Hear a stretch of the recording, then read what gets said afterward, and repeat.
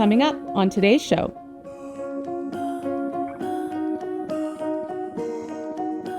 Ballet is beautiful.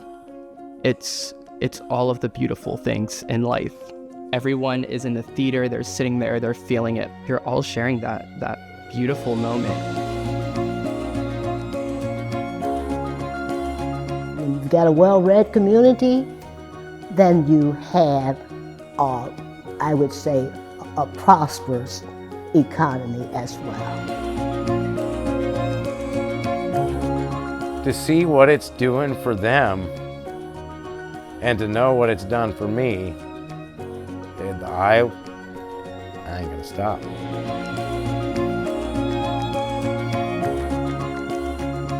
We need a place like this for just average parents to help their kids be able to communicate.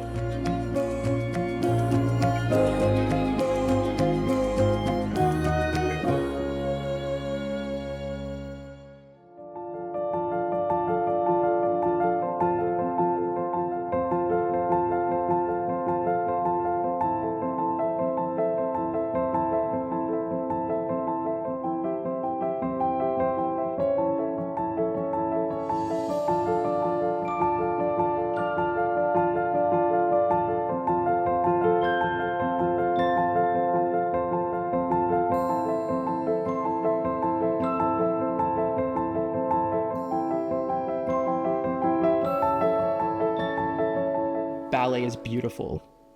It's all of the beautiful things in life. Everyone is in the theater, they're sitting there, they're feeling it. You're all sharing that beautiful moment. Visually beautiful, the sound beautiful, beauty.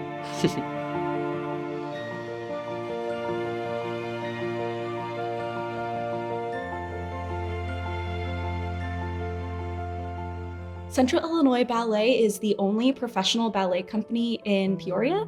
It's a special place. It's a small community of artists who are just here to spread the joy of dance and storytelling to the people in our community. Cornerstone Academy is our training school, whereas Central Illinois Ballet is the professional company. Our professional dancers help with our academy, and almost all except for one of our performances during the year involves not only our professionals, but our academy as well. You can dance here at any age. Starting at 2 years old is the youngest, and then I believe our oldest dancer is 78. We offer a little bit of everything, starting at ballet, which is what we put forward, that's our thing. But it's also extremely important for young dancers to learn other styles, such as jazz, and that goes into contemporary, where it really starts to loosen up, modern, where you're starting to loosen up but learn how to control, like, truly from within, your muscles and all of that. And then going into hip hop, which is just having a good time breaking it down. My portion of what I'm kind of in charge of is our professional company, which is Central Illinois Ballet. We right now consist, if you count me, 11 professional dancers from all over the states. So every morning we go in and take class, and then every afternoon we have rehearsal with each other, with myself, and then we get to perform at least 5 times a year. These dancers are from all over the place. We have people from Utah, Pennsylvania, I'm not the only one, Michigan, Texas, Florida, all of these people from like around the US that are coming together and being able to create something. And then everyone has such a positive attitude. They all love what they're doing. We get paid for it. It's our job. It's like anybody else's 9 to 5. It's like, you know, when you're 5 and you say, Mom, I want to be a ballerina. It's like you never lost that. You get to keep that with you, and you get to walk into the studio every day and pull out the shiny pink satin shoes and pull on your little tutu and be like, I get to be a ballerina every single day as my 9 to 5.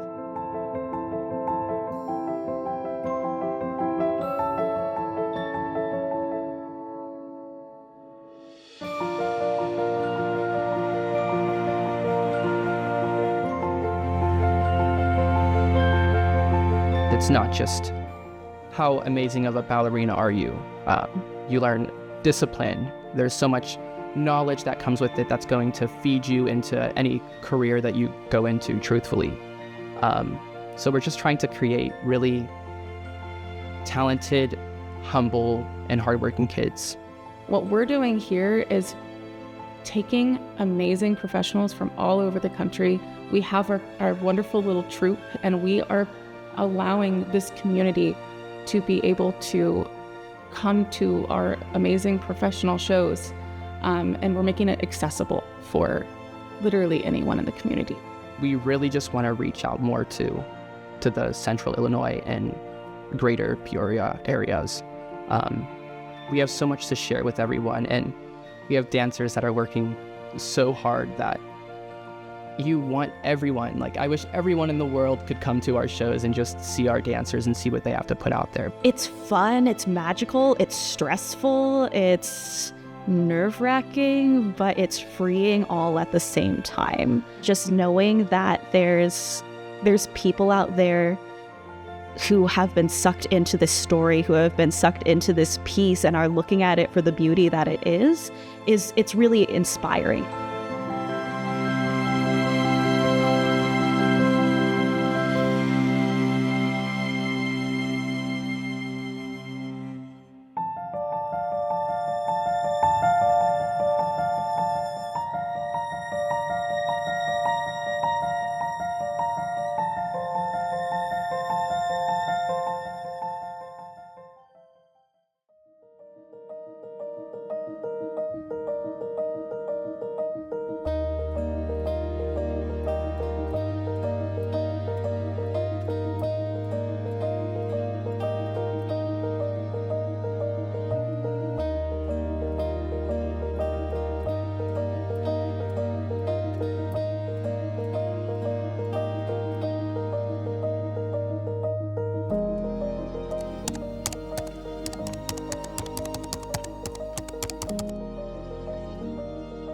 That could be, I can't understand how to do the FAFSA form.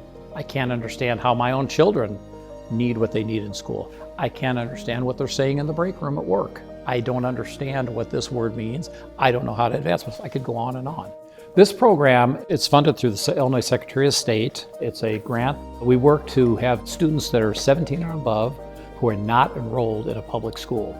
The one great feature of this program is that it's a one-on-one tutoring, so it's different than some of the other literacy programs in that we take students where they are, we assess them, and then we line them up with a tutor. You find illiteracy everywhere. It is not just an urban problem. It's rural, it's suburban, it's everywhere. We've seen it as retired educators. We see it in the community. We see it when we go into stores. And I would say it's almost the quiet epidemic. We take for granted so much how reading is fundamental. We know that. We talk about it. I think back on, I was so fortunate to have parents that we had books in our house. We were taught, and it just came naturally. It doesn't for everybody. We have a tendency in our society today that technology will take care of everything. You still have to know the basic building blocks, and that's reading.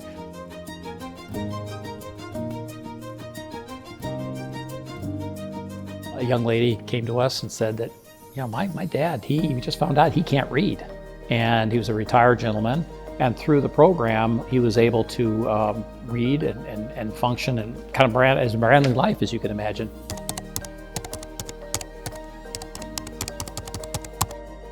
We pride ourselves in offering this program to tutors who come from all walks of life, and I think that's what makes the program so successful. You do not have to be a retired educator. You have to simply be an adult who simply has some time to give, who really truly wants to make a difference that can be tangible, but it also can pay dividends down the road.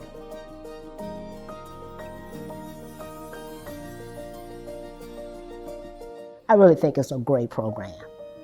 And I have teacher friends who are also tutors, and they're encouraged by the program and encouraged what they're doing with the adult learners. We learn the facts about the program, the expectations for us as tutors, and the time constraint. Because as retirees, you always want to know, how long do I have to commit to a program? And so they provided all of that information and letting us know that, Number one, it was flexible. I kind of look at that as that when you've got a well-read community, then you have, I would say, a prosperous economy as well. Our program relies on volunteers, and therefore all the materials you receive are free. Our training is free. Our follow-up is free. Our assessments are free. The progress you bring with the student is intangible. It's worth so much. It does not cost you a dime. And so I encourage other members of our community to check out the literacy program through the Regional Office of Education. They'll find it very rewarding. Literacy is everything. It's where you start. If we want to really truly establish this community as a place to grow up, live, and stay, you have to have a good command of literacy in general, not just the language, but literacy in general, all the ins and outs. And I think as we talk a lot about businesses in this community wanting to retain, this is one of the most basic ways you can do that.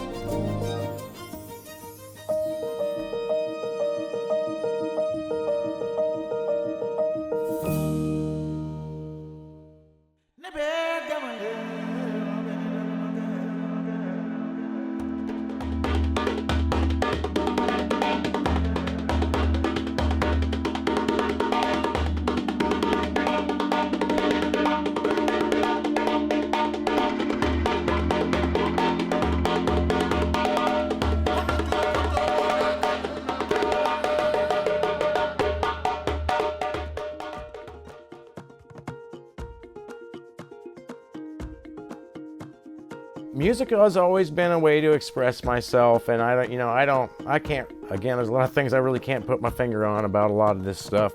My dad bought me a little djembe at Gurney Mills Mall near Chicago. I used to play that along with the Incubus Science album, and that is when I found the djembe, and that I want to say that point in my life kind of changed the direction of my life.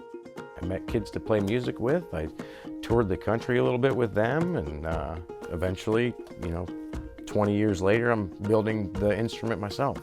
I've been doing this since I was about 16 years old when my first drum broke. I gave it to somebody to have it fixed, and it was given back a year later unfixed. So I was a little frustrated and decided that, I should just, worst case scenario, if I tear it apart and I can't get it back together, it's still just a broken drum. But I tore it apart and realized that there was really not a whole lot to it. Light bulb went off when I was 16, started maintaining my own equipment in the band that I was playing with for years. And then probably 6 years ago, something like that, I was wanting to get another side gig, but I wanted to be at home with my kids more. But then I went to go repair one of my drums and the light bulb went off. I was like, the reason I know how to do this is because no one around me does it.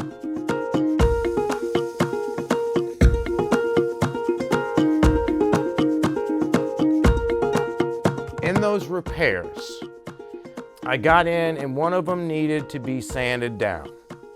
So I sanded down that repair, and when I did and I re-oiled it, I saw some of the most beautiful wood I've ever seen in my life. And that's when I knew I was hooked. Between the sound and the material, I was hooked. I made a small Facebook page for doing repairs, and before I knew it, I had a dozen drums sitting in my house.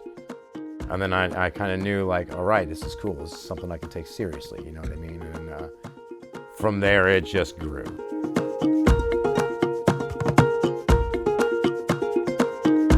I always try to use the best quality material that I can. The really hard, very hard woods, and just subsequently they have some of the most beautiful grains I've ever seen in my life. And if I would like to use the best material in the world, I need to get it out of West Africa. I will never look away from the quality of the wood that comes out of Africa, and I will always be a carpenter, so I always want to create with the best materials that my hands, can get. It comes from an understanding of these people. This is what they used to eat. this is how they feed their families. This is how their cultures thrive.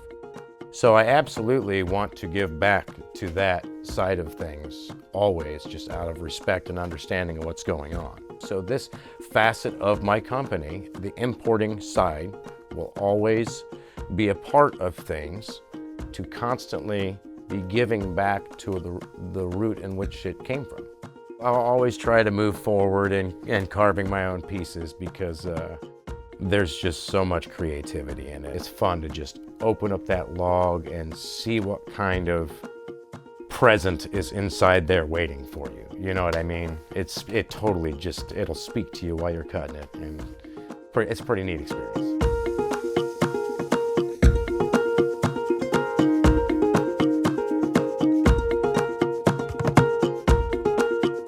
I do have some pretty big plans. I want to offer pre-built drums out of Africa, and then I want to continue to turn my different exotic woods and locally harvested woods. I'm going to start importing blanks of these exotic woods, where it would more or less just be this, just about 2 inches thick, where I can take those exotic woods and put them on the lathe and get the shapes that I would like with the exotic wood.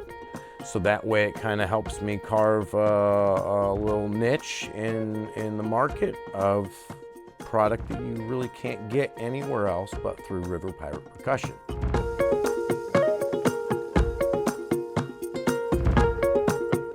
To see people's faces, their lives being changed. Now I've been selling drums for 8 or 9 years now, and I've built lasting, forever relationships with my customers, and it's to see what it's doing for them and to know what it's done for me. I ain't gonna stop.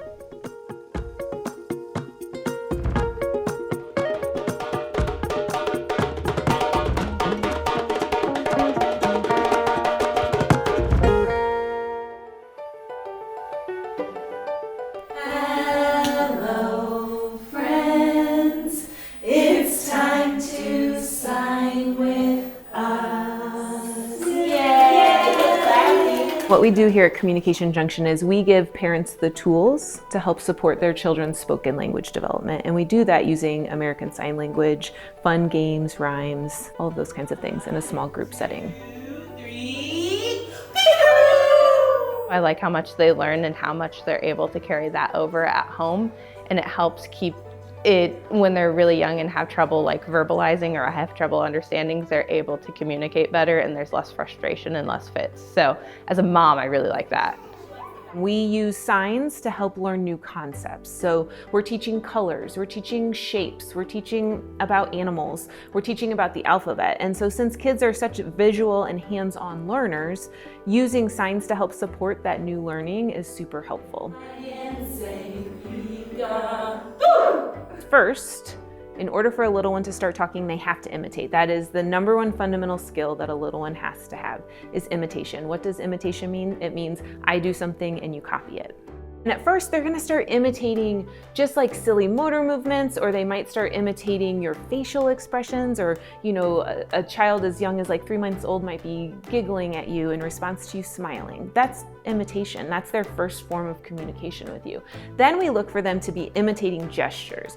Gestures are things that people are familiar with: waving, clapping, playing peekaboo, reaching up for your parent, reaching out to grab something. These are all things that people are comfortable with, people do understand. And the science behind gestures is that by 16 months old, we want our kiddos to have 16 different gestures.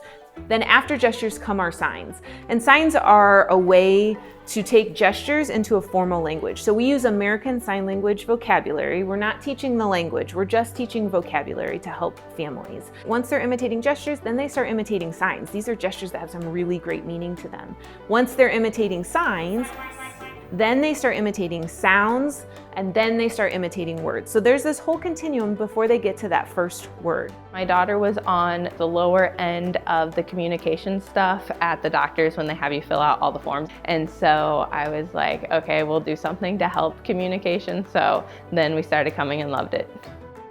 A lot of families hear sign language and they think that we only work with deaf and hard of hearing kiddos, or maybe we work with kiddos who are in special needs programs. However, our program is mostly comprised, like 90%, of families who are just wanting to support their little one's spoken language development. We have all kinds of families who join us, but you do not have to have a child who has special needs or who is deaf or hard of hearing to join us.